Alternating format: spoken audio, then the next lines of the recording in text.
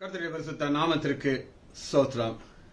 இன்னைக்கு நம்ம பிலிப்பியர் 1வது அதிகாரம் 29வது வசனத்தை தியானிக்க இருக்கிறோம். பிலிப்பியர் 1:29. ஜெபத்தோடு இந்த செய்திக்குள்ளே கலந்து செல்வோம்.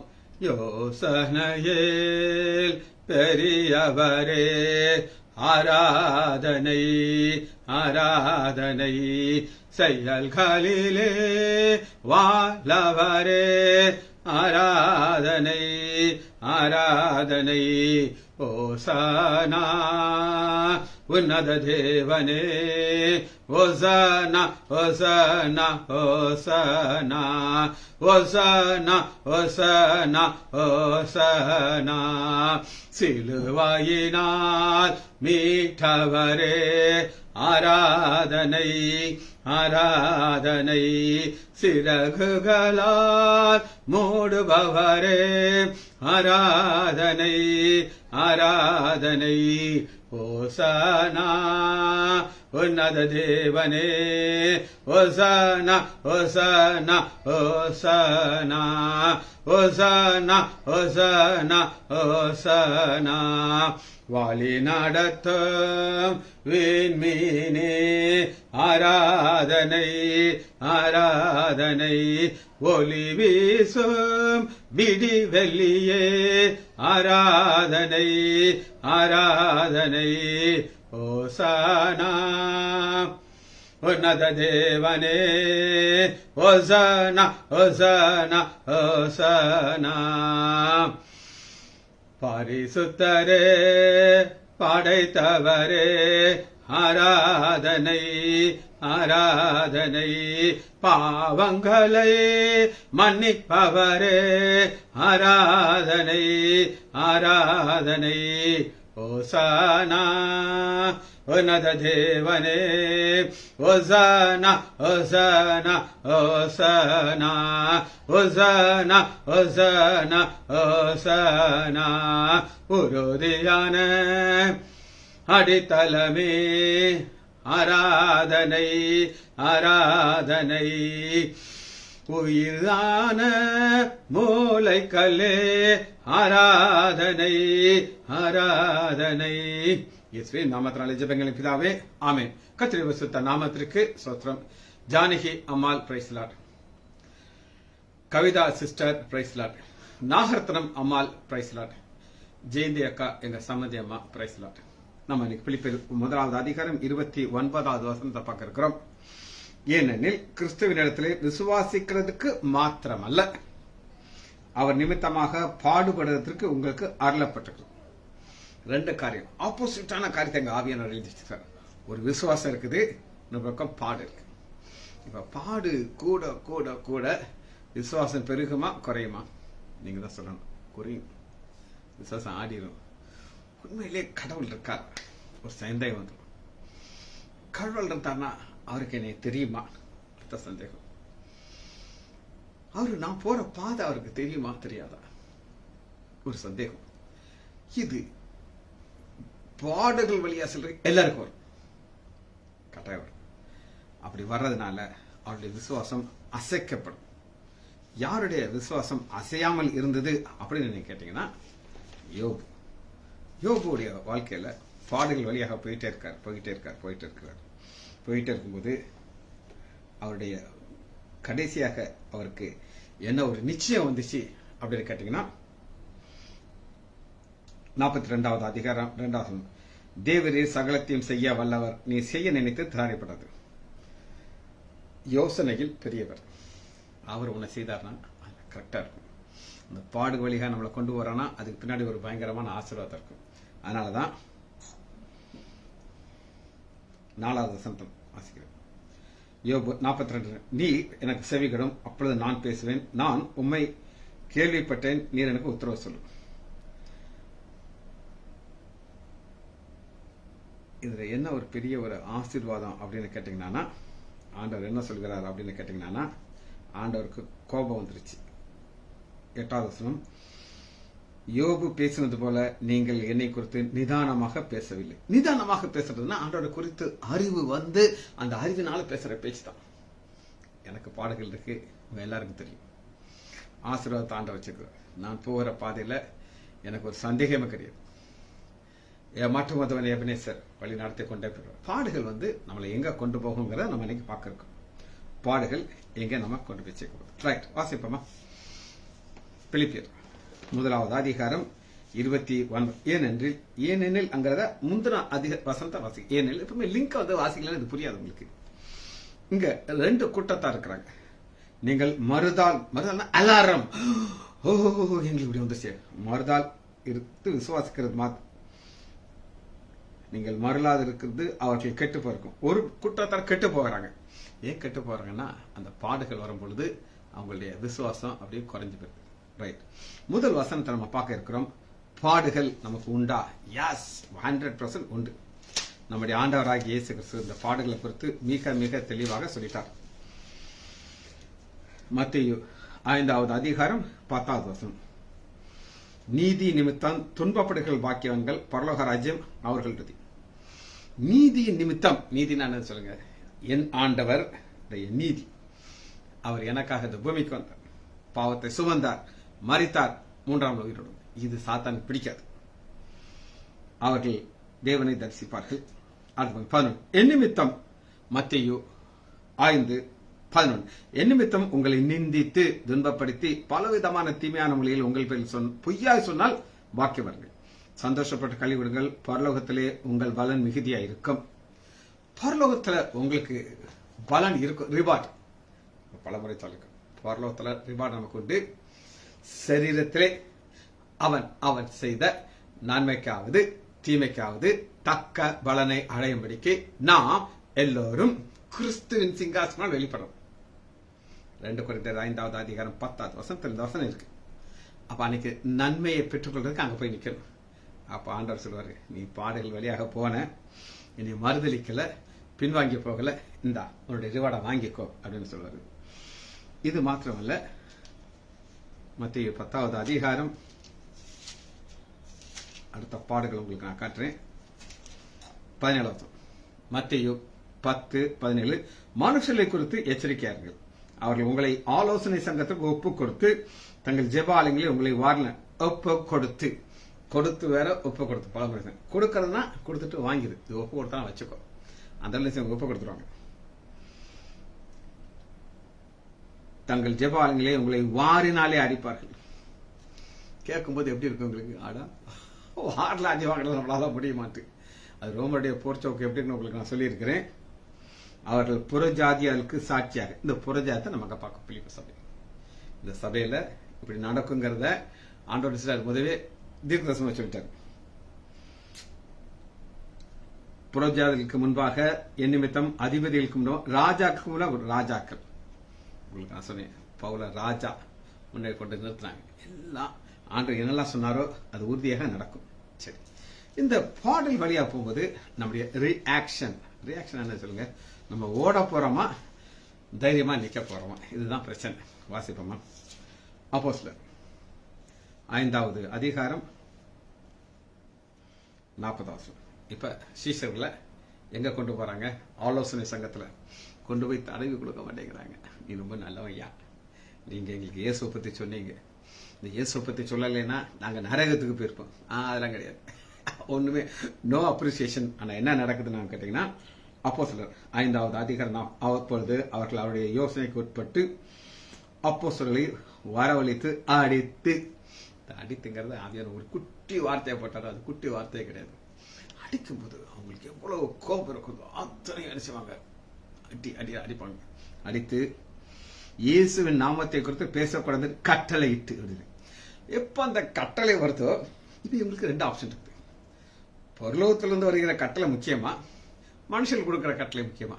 அடுத்து பாருங்க, உங்களுக்கு ஆட்டிடியூட் என்னன்னா, உங்களுக்கு ஒரு புதுசா ஒரு ஸ்கூட்டர் வாங்கியிருக்கிறீங்க, அது எலக்ட்ரானிக் ஸ்கூட்டரா இருக்குதுன்னா ரொம்ப சந்தோஷமா இருக்கும். ஏன்னா பெட்ரோல் போட வேண்டியதில்லை, பெட்ரோல் டீசல் எல்லாம் கூடிக்கிட்டே போகுது, ஒரே சந்தோஷமா இருக்கும். அந்த சந்தோஷம் இந்த சந்தோஷம் கிடையாது. அது சந்தோஷம் இல்லை, நான் சொல்லலை. அது எனக்கெல்லாம் வெஹிக்கிள் நான் ஓட்டுறது கிடையாது, வயசாகி போச்சு. ஆட்டோல ஏறி உட்காரு 10:30 மணியை கொண்டு வந்து சேர்த்துருவாங்க. அவமானம் இவருங்க அவருடைய நாமத்திற்காக 41 இதான் ஆட்டிடியூட். அவருடைய நாமத்திற்காக தாங்கள் அவமானம் அடைவதற்கு பாத்திராக எண்ணப்பட்டதினாலே சந்தோஷமாக ஆலோசனை தங்கிட்டு சந்தோஷமாக ஆலோசனை அவமானப்படுறதுக்கு ரெடியா இருக்கணுங்க. இதுல பாடுகள்னால என்னுடைய இதெல்லாம் உங்களுக்கு நான் சொன்ன சாட்சிகள்லாம் திரும்ப சிலதை ஹைலைட் பண்ணி காட்டுறேன். ட்ராக்ஸ் கொடுத்தோம். எங்களெல்லாம் போலீஸ் ஸ்டேஷனுக்கு கூட்டு போயிட்டாங்க. போலீஸ் ஸ்டேஷன்ல அங்க இருக்காங்க. அப்ப வெளியில 2 கூட்டத்தார் நின்றுட்டு இருக்காங்க. ஒரு கூட்டத்தார் கிறிஸ்தவர்கள், இன்னொன்று இந்த பிஜேபி பசங்க. அந்த பசங்கள்ல ஒருத்தர் என்ன பண்ணா, அந்த ஆன்லைன் பேர்ல நல்லா வயசான ஒருத்தர், அவர் ஏதோ சொன்னதுக்கு ஓங்கி பலார்னு வர ஆரம்பிச்சிட்டான். அவரை இவரு மேலேயும் கீழே குதிக்க ஆரம்பிச்சிட்டாரு. இப்ப நான் பக்கத்துல நிக்கிறேன். சார், அவனுக்கு இப்பயே உள்ளதி போடுறான் சார், என்ன நினைச்சுக்கிட்டு இருக்கான், உனக்கு 4 அடியாவது அடிக்கணும், நான் அடிச்சாதான் எனக்கு அமைதியா இருக்கும் அப்படின்னு அவர் சொல்றாரு. ஒரே ஜம்ப் பண்ணிக்கிட்டு, அண்ணே அப்போ வயசான அண்ணே உங்களுக்கு அடிக்கணும்ல, என்னை அடி, 4 8 அடி நான் அடிங்க, எனக்கு பிரச்சனை இல்லை, எனக்கு பரலோகத்தை எனக்கு பொக்கிஷம் கிடைக்கும். அவன் அடிக்கிறதுனால பிரச்சனை தான் அவர்கிட்ட. உங்களை எப்படி அடிக்கணும், அடிக்க முடியும் நாளா அப்படின்னாரு. என்ன ஒன்றும் பிரச்சனை இல்லை, நானா தானே வர்றேன். நீ இவனுக்கு அடியே விட மாட்டேங்குது, என் ஆண்டவர் அப்படியே பாதுகாத்துட்டு இருக்காரு, நீங்க அடிக்கலாம் ஒன்றும் பிரச்சனை இல்லை அப்படின்னு சொன்னேன். அப்ப அவருக்கு அடி விழுந்து வரணும் அவமானம்ன்றாரு. ஆனா அது அவமானம் தான், ஆனா அதுக்கு சந்தோஷப்படும். நான் சொல்லலைங்க, இந்த பாடல் வழியா போகும்போது கஷ்டமா தான் இருக்கும், வேதனையா தான் இருக்கும். ஆனா அவங்க என்ன செய்றாங்க அப்படின்னு கேட்டீங்கன்னா, சந்தோஷத்தோடு ஆலோசனை சங்கத்தை விட்டு போய் சும்மா இல்ல இயேசுவை பிரசங்கம் பண்றாங்க. அவங்க சொல்றாங்க பிரசங்கம் பண்ணக்கூடாதுன்னு கட்டளையிட்டாங்க. ஆனா அவங்க என்ன செய்வாங்க, ஸ்டாப் பண்ணாங்க, பிரசங்கம் பண்ணிட்டு. சரி, இப்ப அப்போஸ்தலர், இப்ப நான் உங்களுக்கு கீ வசனத்தை காட்ட போறேன். அப்போஸ்தலர் 14வது அதிகாரம் 22வது வசனம், 14:22. சீஷருடைய மனதை திடப்படுத்தணும்னா என்ன அர்த்தம்னா, ஆடிட்டு இருக்கு, டக்கு டக்கு டக்கு. ஏன் ஆடிக்கிட்டு இருக்குன்னா, ஒரு பக்கம் பாடு வருது, பவுல் பாடு வழியா போறாரு, திடப்படுத்தி விசுவாசத்திலே நிலைத்திருக்கும்படி. விசுவாசத்தில் நிலைக்கிறது என்னன்னா, நம்ம போற பாதைய ஆண்டவர் கன்ஃபார்ம் பண்ணிட்டே இருப்பார். உங்களுக்கு இந்த பாதையை கொடுத்திருக்கேன்னு சொல்லி இன்னைக்கு மாலையில ஒரு புது செய்தியை நான் உங்களுக்கு உண்டு பண்ணி வச்சிருக்கிறேன். என்னுடைய விசுவாசம்னா குறைஞ்சது 2 பேராவது வந்துருவீங்க. குறைஞ்சது 2 பேர் வந்துருவீங்க போதும். எனக்கு எம்டிஆர் இருந்தா தான் கஷ்டமா இருக்கும். ஆனா இது ஒரு செய்தி, புது செய்தி ஆண்டவர் கொடுத்திருக்கிறார். நான் ரெடி பண்ணி வச்சாச்சு. உட்காந்து நான் காத்துட்டு இருக்கேன். எப்ப சாயங்காலம் ஒரு 7:15 வருதோ, 7:30க்குள்ள நான் வந்து உங்களுக்கு மெசேஜ் சொல்ல ஆரம்பிச்சேன். நான் ரெடியா இருக்கிறேன். காரணம் என்னன்னா, பாதை, இந்த பாதையில நான் போறேன். கஷ்டம் இருக்கும், வேதனை இருக்கும், ஆனா ஆண்டவர் எனக்கு கன்ஃபார்ம் பண்ணி போயிட்டே இருக்காரு. அன்னைக்கு ஒரு நாள் என்னுடைய தம்பி டாக்டர் விமலேஷ் லைசாட் கேட்கிறாரு, ஏண்டா உனக்கு இப்படி டெய்லி மெசேஜ் கொடுத்துக்கிட்டே இருக்கே, ஒரு நாள் 2 வேலை சொல்றேன், உனக்கு மெட்டீரியல் எங்கிறதா கிடைக்கும், அவங்க எல்லாரும் கொடுப்பாடா அப்படின்னு சொல்லியாச்சு. எனக்கு நாங்க வானத்துல இருந்தா கூட பரலோகத்துல இருந்து அது வரணும். அதனாலதான் புத்தி சொல்லி நாம் அநேக உபத்திரவங்களின் வழியாக தேவனுடைய ராஜ்யத்திற்கு, அநேக உபத்திரவங்கள் பிடிக்குமா? பிடிக்காது. ஆனா இதுதான் பாதை. இதத்தான் ஆவியானவர் எப்படி எழுதி வச்சிருக்கிறார்னா, பிலிப்பியர் 1வது அதிகாரம் 29வது வசனம், ஏனால் கிறிஸ்துவினிடத்தில் விசுவாசிக்கிறதுக்கு மாத்திரம் அல்ல, விசுவாசம் இருக்கா இருக்கு, அவர் நிமித்தமாக பாடுபடுவதற்கு உங்களுக்கு அருளப்பட்டது. பாடு இங்கிலீஷ்ல பர்சிக்யூஷன் ஒரு வார்த்தை, இங்கிலீஷ் வார்த்தை. சரி, இப்ப உங்களுக்கு நான் ஸ்டேஜஸ் காட்ட போறேன். இந்த ஸ்டேஜஸ் என்னன்னு உங்களுக்கு நான் காட்ட போறேன். பாப்போமா? ரோமர் எடுத்துக்கொள்ளுங்கள், 5வது அதிகாரம் 10வது வசனம். 10 இல்ல 2 வாசிப்போம். அவர் மூலமாய் இந்த கிருபையில் பிரவேசிக்கும் சாக்கியத்தை விசுவாசத்தில் பெற்றிருக்கிறோம். தேவ மகிமை அறிவு நம்பிக்கை. விசுவாசம் நமக்கு தேவ மகிமையை கொடுக்குது. ஒரு நாள் அதை நமக்கு பெற்றுக்கொள்ளுங்க. ஆனா அதுக்கு ஒரு பாதை, உபத்திரவத்தை நான் உங்களுக்கு அதை விளக்க சொல்றேன். அது மாத்திரமல்ல, உபத்திரவம் பொறுமையை. உபத்திரவம் பொறுமை அப்படின்னா என்ன அப்படின்னு கேட்டீங்கன்னா, பொறுமை. இப்ப நான் என்னுடைய சுய புராணத்தை சொல்றேன்னு நீங்க நினைச்சுக்கிட கூடாது. இதுதான் பாதை, இப்படித்தான் என்னை ஆண்டவர் கொண்டு போறார். நான் சொன்னேன், ரட்சிக்கப்பட்ட புதுசுல RSS பிஜேபி எங்க மேல அப்படியே ஃபோர்ஸா வந்து எங்களை ஸ்டேஷனுக்கு கொண்டு போனாங்க. ஆனா அருமையா ஆண்டவர் எங்களை உயர்த்தி விடுதலை கொடுத்தார். அது ஒரு அனுபவம். அது அனுபவம். அதான் உபத்திரவம் பொறுமையும், பொறுமை பரீட்சையும். பரீட்சை நிமித்தம். பரீட்சைங்கிறதுக்கு நீங்க என்ன எழுதணும்னா எக்ஸ்பீரியன்ஸ், அனுபவம். அப்போ ஒரு உபத்திரம் வந்துருச்சுன்னா அந்த அனுபவத்தை கொடுக்குறாங்க. அனுபவமே இல்லாம ஒன்னும் செய்ய முடியாது. ஒரு சர்ஜரியா இருக்கட்டும், ஒரு தொழிலா இருக்கட்டும், எதா இருக்கட்டும், அனுபவம், எக்ஸ்பீரியன்ஸ். அந்த எக்ஸ்பீரியன்ஸை உபத்திரத்தின் மூலமாக கொடுக்குறாங்க. அதனால எனக்கு தெரியும் அன்னைக்கு அத்தனை பேர் எதிர்த்து நின்று வந்தாங்க. ஆனா ஆண்டவர் எல்லாம் எனக்கு தேவையானவர்கள் அங்க தூக்கி வச்சிருந்தாரு. இன்ஸ்பெக்டர் வர்றாரு, வந்து என்கிட்ட சொல்றாரு, சார் எத்தனை தடவை நீங்க எனக்கு ஊசி போட்டிருக்கீங்க, இப்ப என் கையில சிக்கிக்கிட்டீங்க பாத்தீங்களா ங்கிறாரு. எத்தனை தடவை நீங்க எனக்கு ஊசி போட்டிருக்கீங்க, இப்ப என் கையில சிக்கிக்கிட்டீங்கன்னு அர்த்தம். உங்களுக்கு நான் உதவி செய்வேன். நான் வரும்பொழுது எனக்கு எத்தனையோ தடவை மருந்து கொடுத்துருக்கீங்க, இப்ப நான் உங்களுக்கு உதவி செய்வேன். அது இன்டைரக்டா சொல்லிட்டாங்க. ஒருத்தர் வராரு, சார் உங்க அப்பா தான் சார் எனக்கு நாய் கொடுத்தாரு, நாய் குட்டி கொடுத்தாரு.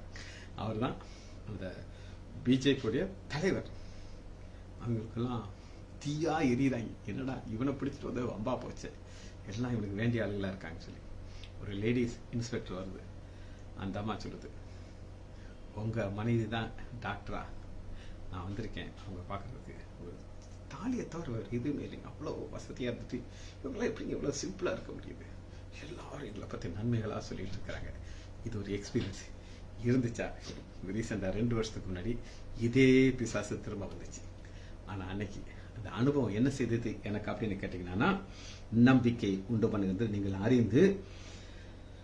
ரோமர் 5வது அதிகாரம், நான் உபத்திரவத்தினாலே மேன்மை பாராட்டுங்கள். இந்த உபத்திரம் வரலைன்னா எனக்கு இந்த ஒரு மேன்மை கிடைச்சிருக்காது. உங்களுக்கு நான் அன்னைக்கு சொன்னேன், தட்டில் எழுதி வச்சிருந்தாங்க, இந்து மதத்தை புண்படுத்தின டாக்டர் சுஜித் லைசாண்டர். அண்ணனும் தம்பி சொன்னாங்க, டேய் நம்ம இந்த ஊருக்கு பிழைக்க வந்திருக்கோம்டா, இந்த ஊரை விட்டு துரத்தி விட்டுறாத நம்மளை அப்படின்னு சொல்லி. ஆனா ஆண்டவர் அதுக்கப்புறம் தான் எங்களுக்கு உயர்வு கொடுத்தாரு. உங்க எல்லாருக்கும் தெரியும், எல்லாருக்கும் நீங்க பார்க்கறதான் சரி. இந்த உயர்வை ஆண்டவர் எப்படி கொடுக்கிறார் அப்படின்னா அனுபவத்தின் மூலமாக அப்படின்னு நான் சொன்னேன். ரைட். 1 பேதுரு எடுத்துக்கொள்ளுங்க. பேதுரு இதை இன்னும் விளக்கமாக நமக்கு விளக்கிறார். 1 பேதுரு 4வது அதிகாரம் 13 கிறிஸ்துவின் மகிமை வெளிப்படும் பொழுது நீங்கள் களி கூர்ந்து மகிழும்படி அவருடைய பாடுகளுக்கு நீங்கள் பங்காளின்னு சொன்னது. கிறிஸ்துவின் மகிமை வெளிப்படும் நாள் நமக்கு என்ன கிடைக்கும்னா பாடுகளுக்கு ஒரு ரிவார்ட் கிடைக்கும். ஒரு நபரை குறித்து நான் சொல்ல இருக்கிறேன். அவர் ரிச்சர்ட் உம்ரான். ஒரு யூதன், ஒரு நாஸ்திகன், ஆண்டவரே கிடையாது அப்படின்னு சொல்லிட்டு இருக்கிற ஒரு மனிதன். இவரும் அவருடைய மனைவி கார்ல போயிட்டே இருக்கிறாங்க. ஒரு இடத்துல கார் ரிப்பேர் ஆகி நின்றது. பக்கத்துல ஒரு சின்ன ஒரு மலை மாதிரி இருக்கு, மவுண்டன். சரி, அங்க ஒரு வீடு இருக்கு. சரி, அவங்ககிட்ட போய் நம்ம ஏதாவது உதவிக்கு போவோம்ட்டு அவர் மனைவி போறாங்க. போனா ஒரு வயதான மனிதன் ஒரு பைபிளை வச்சு வாசிச்சுட்டு இருக்காரு. அவரு இந்த ரிச்சர்ட் உமரனை பார்த்தோன்னா ஒரே தான் சந்தோஷப்பட்டு, ஐயா வாங்க ஐயா, அம்மா வாங்க அம்மா, உட்காருங்கன்னு உட்கார வைக்கிறாங்க. பைய கேட்கிறாரு, நீங்க யூதன் தானுங்க அப்படிங்கிறாரு. ஆமா, ஐ எம் ஜூ அப்படின்னு அவர் சொல்றாரு. கண்ணீர் வடிச்சு சந்தோஷத்துல அழுகிறாங்க. எங்க இப்படி அழுகிறீங்க கேட்கறாரு. ஐயா, எனக்கு வேதம் வந்து என் ஆண்டவராக இயேசு கிறிஸ்து ஒரு யூதனாக வந்தார். எனக்கு ஒரு பெரிய ஆசை, வருஷ கணக்காக நான் ஜெபிச்சுக்கிட்டு இருக்கேன். ஆண்டவரே, நான் ஒரு யூதனை வழி நடத்தணும். நீங்க உங்களுக்கு ஆண்டவராக இயேசு கிறிஸ்து தெரியுமா கேட்கிறாரு. இல்ல, நான் வந்து ஒரு நாஸ்திகன், கடவுளே இல்லைங்கிற நம்புறவன் நான். அப்ப அவர் பைபிளை காட்டார். ஐயா, அந்த பைபிளை பாருங்க, இது ஃபுல்லா என்னுடைய கண்ணீரால் நிறைஞ்சிருக்கு. இதெல்லாம் நீங்க பாக்குறீங்களா, இதெல்லாம் என்னுடைய கண்ணீர். நான் கண்ணீர் விட்டு அழுது அழுது அழுது, ஆண்டவரே எனக்கு ஒரே ஒரு ஆசை, ஒரு யூதனை நான் வழி நடத்தணும், ஒரு யூதனை வழி நடத்தணும் அப்படின்னு சொல்லி. அவருக்கு அப்படி அதிர்ச்சி, என்னையா உனக்கு நீ யூதன் மேல இப்படி ஒரு ஆசை, பாவம் அப்படின்னு சொல்லி அன்னைக்கு அந்த பைபிளை வாங்கி வாசிக்க ஆரம்பிச்சார். ஆண்டவரோடு பேசினார். அவர் பெரிய போதகனா மாறிட்டார். பெரிய சபையை வச்சிருந்தார். அவருடைய மனைவி என்ன செய்வாங்கன்னா, அவங்களே பைபிள் இவ்வளவு பெருசா இருக்கும். எப்படி இவ்வளவு பெருசா இருக்குன்னா, இந்த பைபிளை பிரிச்சு ஒவ்வொரு பைபிள் கூட ஒரு புக் பேப்பர் வச்சு பயன் பண்ணி இருக்குது. எப்பப்பெல்லாம் அதுக்கு மெசேஜ் கிடைக்குதோ, வெளிச்சம் கிடைக்குதோ, அது பக்கத்துலயே வச்சிருக்கோம். சப்பினா அந்த அம்மா பேர். 2 பேரும் சபையை நடத்திட்டு இருக்காங்க. அப்பதான் என்ன நடந்துச்சுன்னா, கம்யூனிஸ்ட் ஆட்சிக்கு வருது. கம்யூனிஸ்ட் ஆட்சிக்கு வந்து அவங்களுடைய ஃபர்ஸ்ட் பாயிண்ட் என்னன்னா கிறிஸ்தவர்கள் எல்லாத்தையும் டிஸ்ட்ராய் பண்ணணும். ஏன்னா அவங்க தேவையில்லாம வேலை செய்யாம உட்காந்து சோம்பேறியா இருக்காங்க. இப்ப கரெக்டா 8 மணிக்கு 7:45 நான் ரெடி ஆயிடுவேன். 8:05 நிமிஷத்துக்கு நான் ஸ்டார்ட் பண்ணுவேன். 8 மணிக்கு மெசேஜ் கொடுக்க ஆரம்பிச்சுவேன். அரை மணி நேரம் எந்த வேலையும் செய்ய மாட்டேன். இதை ப்ரிப்பேர் பண்றதுக்கு எனக்கு ஒரு 2 மணி நேரம் டைம் ஆகும். சோம்பேறியா இருக்காங்கன்னு சொல்லி சபை எல்லாத்தையும் அழிச்சிடணும். அப்ப எல்லா சபையில இருக்கிற பாஸ்டர் எல்லாத்தையும் பிடிச்சு கொண்டு வந்து ஜெயில தூக்கி போட்டாங்க. அவங்களுக்கு மூல செலவை செய்வாங்க. இயேசு பொய், பைபிள் பொய்ங்கிறது அவங்க சத்தம் வந்துகிட்டே இருக்கும், சத்தம் வந்துட்டு இருக்கு. எப்படியாவது இவங்களை அழிக்கணுங்கிறது அவங்களுடைய திட்டம். இந்த ரிச்சர்ட் உமரன் ரொம்ப ஒரு பாடுகள் வழியா போறாங்க. அவர் முக்கியமான வேலை என்னன்னா பாத்ரூம் கிளீன் பண்றது. அவ்வளவு பேருடைய மோஷன் இருக்கும், இது எல்லாத்தையும் அவர் கிளீன் பண்ணுவார். ஆனா அருமையா அன்றதை துதித்து பாடிக்கொண்டே கிளீன் பண்ணிட்டு இருக்கார். ஒரு நாள் அவரு அங்க ஒரு பார், ஆல்கஹால் குடிக்கிற பார், அதுல அவருக்கு டியூட்டி போட்டிருக்காங்க. அந்த கீழே சிந்துறது குப்பை எல்லாத்தையும் கிளீன் பண்ற அவர் வேலை. அதுல ஒரு பெரிய ஆபீசர் ஒரு ஆளு பார் மூட போறாங்க. ஆனா குடிச்சுக்கிட்டே இருக்காரு. டாப் ஆபீசர் குடிக்கிறாரு, வெளியே போக மாட்டேங்கிறாரு. அந்த பாருடைய மேனேஜர் வந்து வணக்கம் வச்சு, ஏன்னா பெரிய ஆபீசர் துப்பாக்கி சுட்டு போடுவாங்க. ஐயா, பார் மூடுற டைம் ஆயிடுச்சு, நீங்க தயவு செய்து வெளியே போக முடியுமாங்க அப்படிங்கிறாரு. நான் போக மாட்டேன்டா, என்னடா செய்வாங்க அப்படிங்கிறாரு.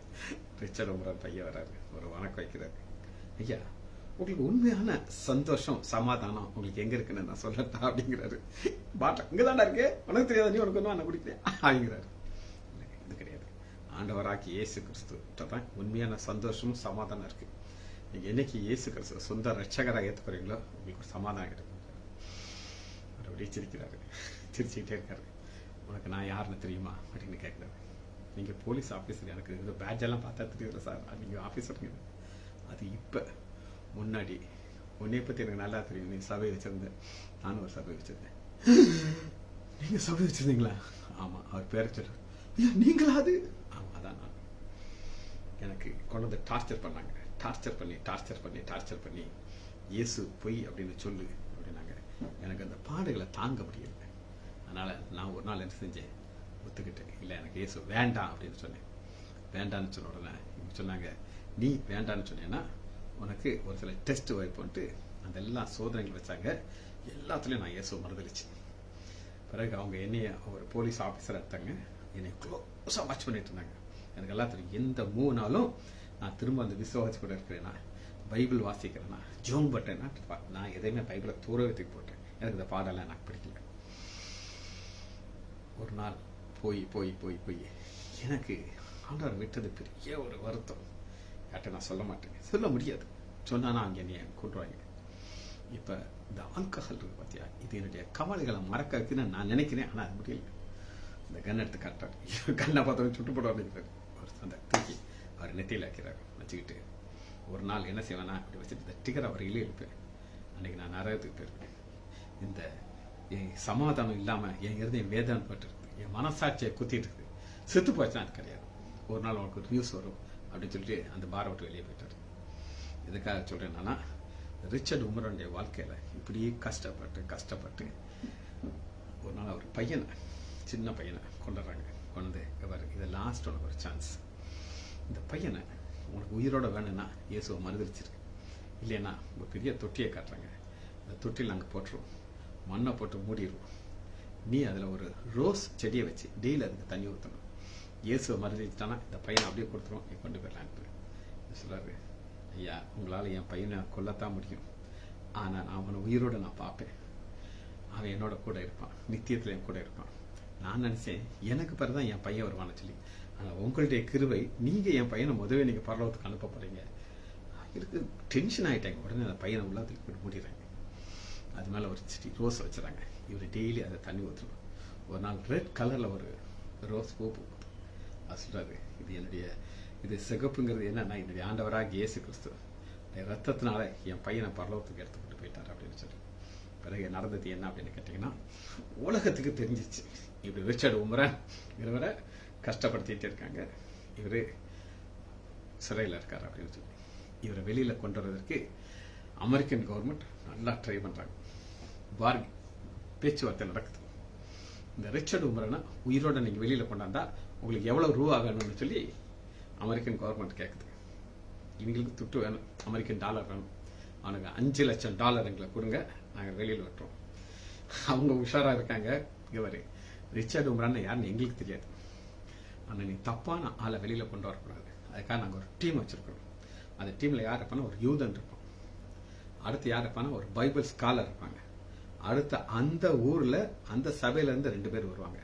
இந்த டீம் வந்து இவங்க இதுதான் ரிச்சர்ட் உம்ரான்னு சொல்லி சொன்னாலும் நாங்கள் உடனே எனக்கு அமௌண்ட்டை கொடுத்துருவாங்க.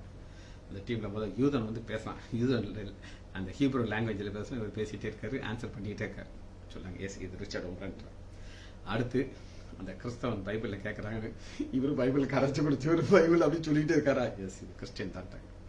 அப்புறம் அந்த சபையில் இருக்கிறவங்க 2 பேர் சொல்றாங்க, நீங்க தான் இவர் தான் நான் சொல்லுவேன், பாஸ்டர் நாங்கள் தான் பாஸ்டர் அப்படின்னு சொல்லி இதுதான் ரிச்சர்ட் உம்ரான்னு சொல்லி. இப்போ அந்த ருமேனியா கவர்மெண்ட்டுக்கு பேராஸ் வந்துருச்சு. $5,00,000 10 கொடுத்தா தான் நாங்கள் விடுவேன், எவ்வளோ நாளும் கேள்வி நாங்கள் தரோன்ட்டு உயிரோடு அவரை ஏற்றுக்கொண்டு அமெரிக்கா கொண்டு வச்சது. அமெரிக்கா கொண்டு வந்துட்டு அவரையும் அவருடைய மனைவியும் உலகம் முழுவதும் போகிறாங்க. போன உடனே அவர் என்ன செய்வார், அந்த ஷாட்டை கலத்தி காட்டுவார். ஒரு உடம்புல இருக்க தழும்புகளை 2 முறை அவர் செத்து போயிட்டார்னு நினைச்சாங்க, தூக்கி போட்டாங்க. அவர் உயிரோட வந்தார்.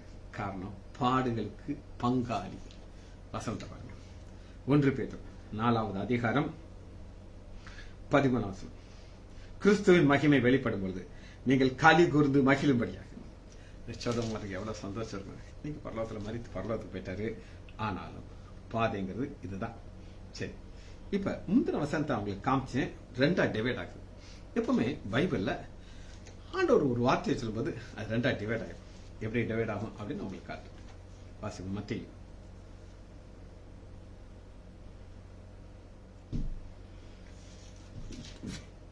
யோவான் 6வது அதிகாரம் 44வது வசனம். 6:44. என்னை அனுப்பின பிதா ஒருவனை இழுத்துக்கொள்ளாட்டால் அவன் இடத்துல வரமாட்டான், அவனை நான் எழுப்பேன். அப்ப பிதா இழுத்துக்கொள்றது யாருன்னா அவருக்கு ஏற்கனவே தெரியும். அந்த கூட்டத்தை தான் ஆண்டவர் விசுவாசிக்கிறாங்க. பாடுகள் வருது, பாடுகள் வரும்போது அவன் சந்தோஷமாக அதை ஏற்றுக்கொள்றாங்க.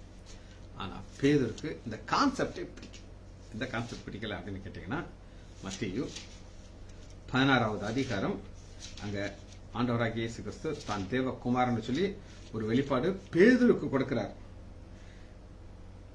நீ ஜீவனுள்ள தேவனுடைய குமாரனாகிய கிறிஸ்துன்னு சொல்லி. ஆனா அந்த கிறிஸ்து எதன் வழியாக போகணுங்கிறத பேதுருக்கு சொல்றார். என்ன சொல்கிறார் அப்படின்னு கேட்டீங்கன்னா, 21 அது முதல் இயேசு எருசலேமுக்கு போய் மூப்பர்களாலும் பிரதான ஆசாரியர்களும் வேதங்களும் பல பாடுகள் பட்டு கொலையுண்டு. நெஞ்சு வலிச்சிருச்சு பேதுக்கு, உங்களை கொல்ல போறாங்களா ஐயா, சொல்லாரு.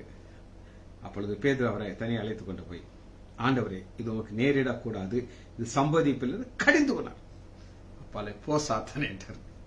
இந்த பாடு வழியாக நான் போனாதான் பரலோகத்துக்கு நம்ம போய் சேர முடியும். இங்க வந்து இது ஒரு டீப் கம்யூனிகேஷன் அப்படின்னு நான் சொல்றேன். அது என்ன டீப் கம்யூனிகேஷன் அப்படின்னு கேட்டீங்கன்னா, கொலைசீர் எடுத்துக்கொள்ளுங்க.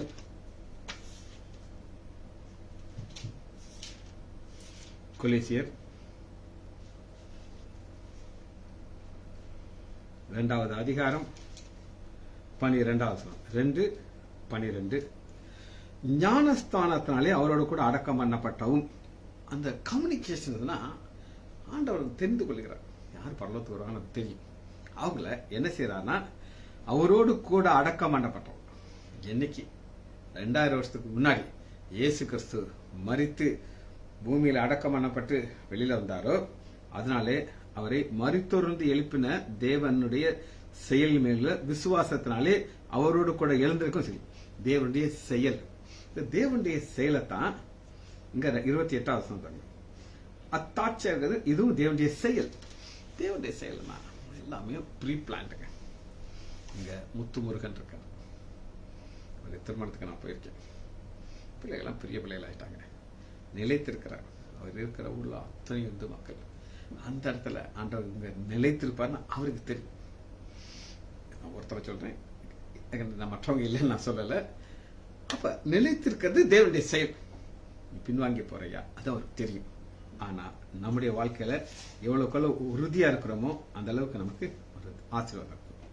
சரி, நம்ம பல முறை தியானிச்ச காரியத்தை ஒருக்கா தியானிக்க போயிடும். அது என்னன்னா யாக்கோபுல ஆண்டவர் நமக்கு இதெல்லாம் பயங்கரமா தியானிச்சாச்சு. இருந்தாலும் அதை ஒரு கோடிட்ட காட்டுகிறேன் உங்களுக்கு. யாக்கோபு 1வது அதிகாரம் 12வது வசனம். சோதனையை சகிக்கிற மனுஷன் பாக்கியவான். சோதனையை சகிக்கிறது, அதுதான் இங்கிலீஷ்ல அபைட், நிலைத்திருங்கள் அப்படிங்கிறாங்க.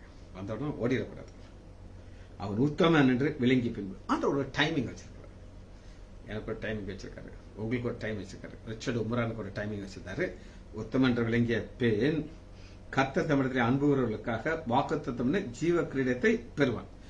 ஜீவ கிரீடத்தை அவற்றிலிருந்து பெற்றுக்கொள்ளணும்னா நிலைத்திருக்கணும். சோதனைகள் உண்டு, வேதனைகள் உண்டு, அதுல நம்ம அசையவே கூடாது. லூக்கா 22வது அதிகாரத்தை பார்ப்போம். லூக்கா 22வது அதிகாரம் 22வது வசனத்துல பாத்தீங்கன்னா, தீர்மானிக்கப்பட்டபடியே மனுஷகுமாரன் போகிறான், ஆனாலும் அவரை காட்டு குடிக்கிறவங்க ஐயோ. இங்கதான் இந்த ஆசிக்குது. அவருடைய தீர்மானத்தை பார்க்கிறோம். இந்த தீர்மானத்துல போகும்பொழுது அவருடைய சீஷருடைய நிலைமையை 28வது வசனத்துல பார்க்கிறோம். மேலும் எனக்கு நேற்ற சோதனையிலே என்னோடு கூட நிலைத்திருந்தவர்கள் நீங்களே. ஒரு கூட்டத்தார் நிலைத்திருக்கிறாங்க. யார் நிலைத்திருக்கல? யூதாஸ் காரியத்து துட்ட பார்த்து ஓடி விட்டான். காசு தான் அவருக்கு ரொம்ப அட்ராக்டிவா இருந்துச்சு. ஆனா நிலைத்திருந்த கூட்டத்திற்கு ஆண்டவர் என்ன ஆசீர்வாதத்தை கொடுக்க போறார் அப்படின்னு கேட்டீங்கன்னா, ஆகையால் 28-29 இணைக்கிறது. ஆகையால் என் பிதா எனக்கு ஒரு ராஜ்யத்தை ஏற்படுத்தினது போல நானும் உங்களுக்கு ஏற்படுத்தினேன். நீங்கள் என் ராஜ்யத்திலே பந்தி போஜனம் பண்ணி அது ஒரு ஆசீர்வாதம். 2வது ஆசீர்வாதம் 12 கோத்திரங்களில் நியாயம் தீர்க்கிறவராக சிங்காசனத்து மேல் அமர்க்கிறார். அப்ப யாரெல்லாம் நிலைத்திருக்கீங்களோ ஆண்டவர் ஒரு சிங்காசனம் கொடுக்கிறார், ஒரு ராஜ்யத்தை கொடுக்கிறார். அங்க ஒருத்தர். இதனால்தான் இந்த வசனம் நம்ம எப்படி பார்க்கறோம்? விசுவாசிக்கிறது. நீங்க தான் விசுவாசிக்கணும், நான் விசுவாசிக்கிறேன். எனக்கு 100% நம்பிக்கை இருக்கு. அதனாலதான் 29 நீங்கள் கிறிஸ்தவத்தில் விசுவாசிக்கிறதுக்கு மாத்திரமல்ல. என்ன விசுவாசம்? பந்தி நம்ம எல்லாம் ஒன்னா உட்காந்து சாப்பிட போறோம். சரியா? அது மாத்திரமல்ல, உங்களுக்கு சிங்காசனம் கொடுத்து அங்க நீங்க உட்கார்ந்துருப்பீங்க.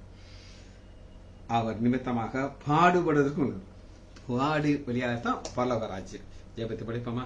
மகா இரக்கமும் கருவேமுள்ள பிதாவே, துதிக்கிறோம் ஐயா. பாடுகள் வழியாக பரலோக ராஜ்யம்.